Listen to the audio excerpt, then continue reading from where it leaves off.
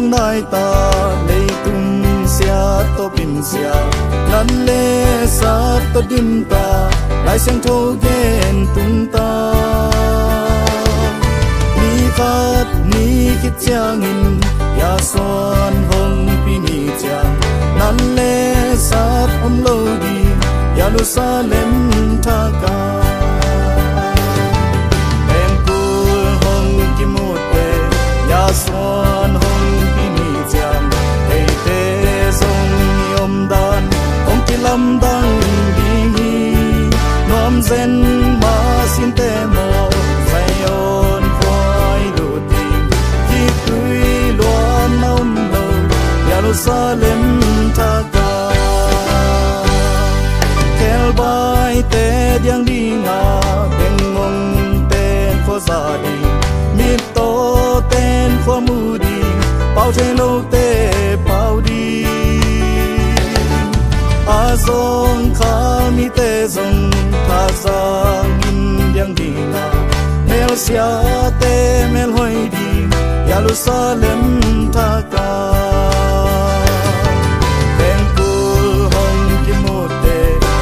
xuân hồng pi ni chang ei te zong yom dan om ki lam dang ding hi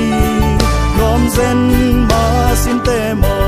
sai on khoi lu ding ki tui loan naum lo Jerusalem tha ka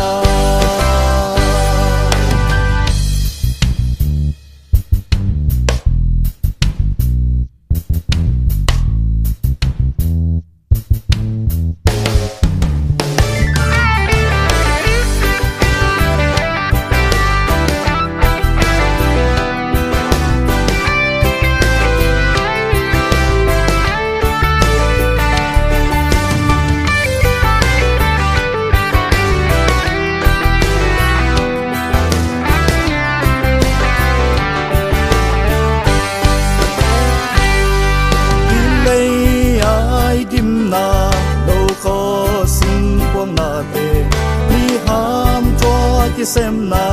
kol kai sep na ken thei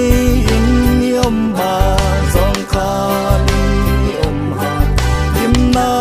te be ta di Jerusalem tha ka